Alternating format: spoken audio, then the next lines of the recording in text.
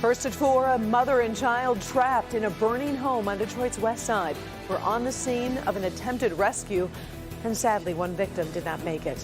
We're also tracking a key step forward in the battle against COVID-19, but here at home, more disappointment for college sports fans. Paula, what are you working on?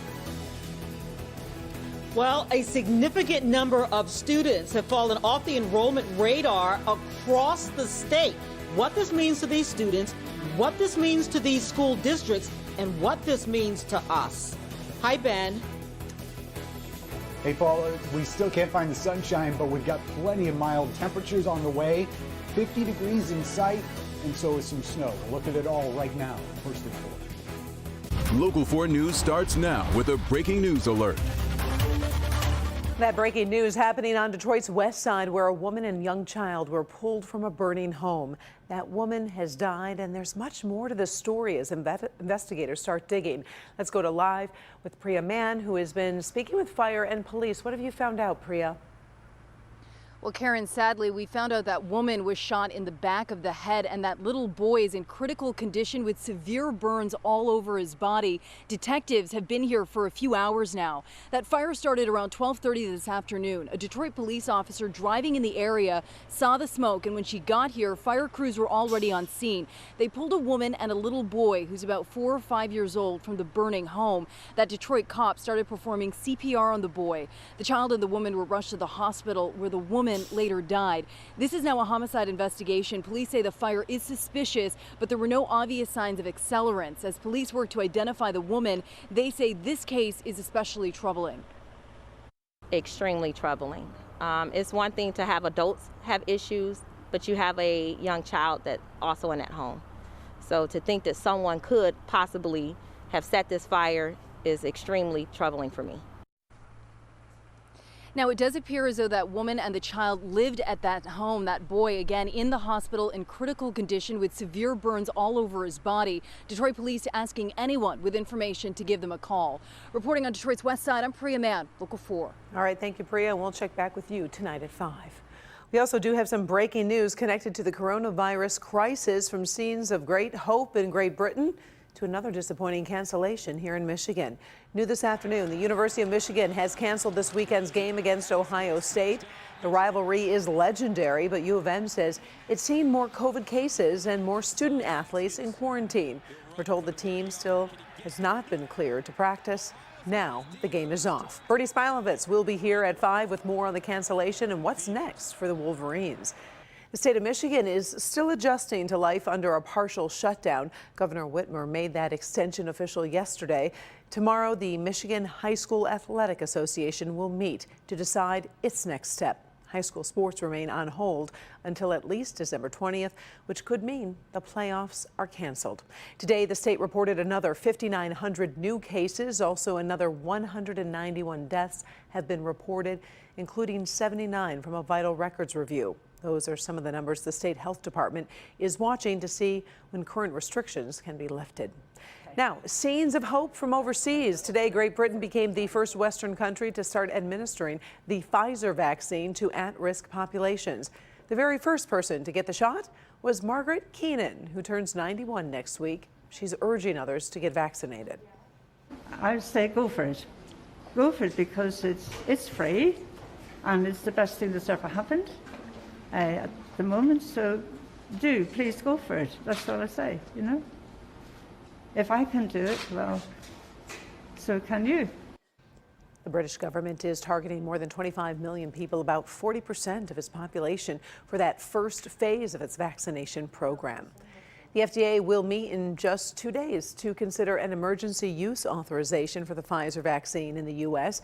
President Donald Trump held an event celebrating Operation Warp Speed's efforts to get a vaccine ready. He also signed an executive order directing the Health and Human Services Department to make sure Americans have first access to the vaccine.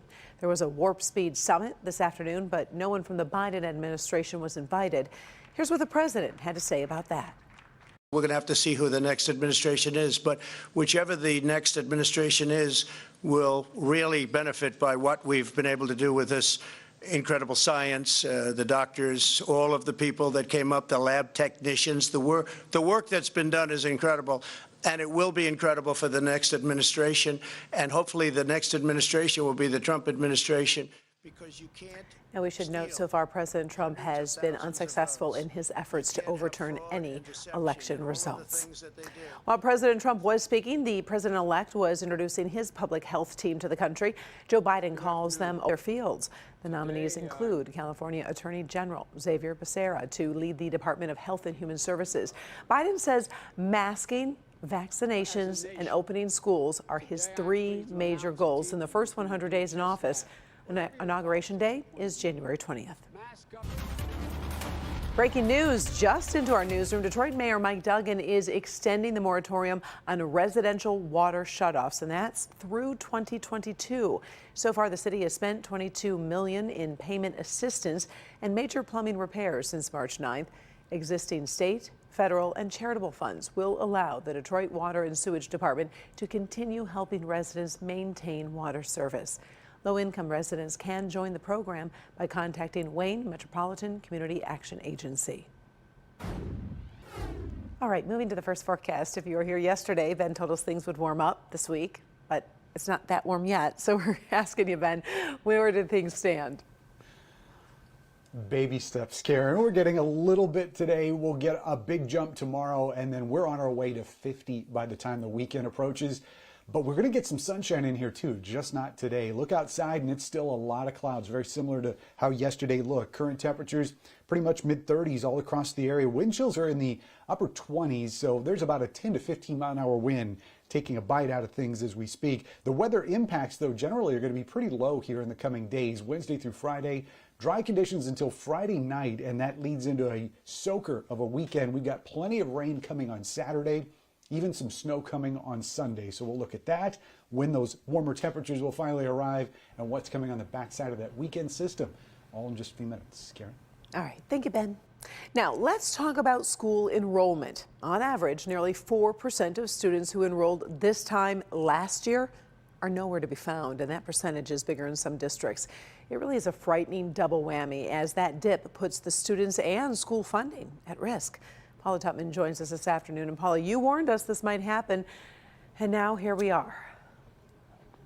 Yeah, you know what? This is deeply concerning, and administrators across the state are saying, where are they? You gave the average of students who are missing from classrooms, but it goes from between 1 and 10%, and that is significant in how it will change the way Michigan is able to actually educate children post-pandemic. You remember the Detroit Public Schools Community District sent volunteers to comb the streets looking for students. That district is still missing as many as 5% of its students. Riverview and River Rouge are missing 1%. Southgate and Wayne Westland are missing 7%. Dr. Randy Liepa is the superintendent over all of Wayne County. There's just a certain number of students that are off the radar now, and so again, a priority for our districts has been trying to find out where they're at. The enrollment decline is not likely largely based on cherry-picking districts, based on whether parents want in-person options or want to opt into remote learning. And so there's a guessing game. Well, long-term concerns is any student that has not been in school, we've got that much more catch-up to do in regards to getting them into school and then getting them caught up on the learning that they've missed. In the Walled Lake District in Oakland County, the story is similar, and so are the concerns. Kenneth Gutman wears two hats as the Walled Lake Consolidated Schools superintendent and vice president of the newly named K-12 Alliance in Michigan that represents 5 counties and some 500,000 students in more than 100 school districts. In many cases throughout the area, they're not choosing to notify the district where they're now attending. And they may not be with an affiliated homeschool group. They may just be at home. Secondarily, but only by a smidge, is the per-pupil funding issue. Because of a waiver from Lansing lawmakers that forgives as much as a 25% reduction in enrollment without losing funding, that waiver is not in place for next year as it is this year, which means if districts don't find and return these students to the class by fiscal year 2021, district funding could actually be destroyed. I think eviscerating a school district or a number of school districts is a real possibility depending on the number of students they've lost. So if you're a school district with 10,000 students, that means you'd be down about 400 students. And if you multiply that by the student formula, you'd have about $3 million less in revenue. We need to be providing more support for students moving forward, not less. Yeah, and so this is really critical, pardon me for that. What parents can do to help your school district and to help it survive, actually, is to let these districts know if you have your child at home or you've moved districts, let them know so they at least know where that student is, Karen. All right, thank you very much, Paula. Attention shoppers, big retail news ahead. A struggling department store is getting another chance at survival.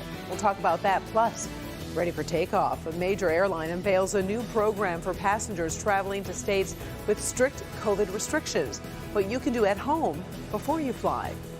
And up first, another twist in the battle over TikTok. It's looking less and less likely President Trump will get what he wants. Stay right here. The best Christmas tree tips you've ever seen. You want to make sure they're good, stiff branches. Next, Inside Edition. Coming up next on Inside Edition on Local 4. Want people to see your great holiday display? Watch Ben's Holiday Lights on Local 4 News at 11. Go to Click on Detroit to enter. Sponsored by Magic of Lights at DTE Energy Music Theater.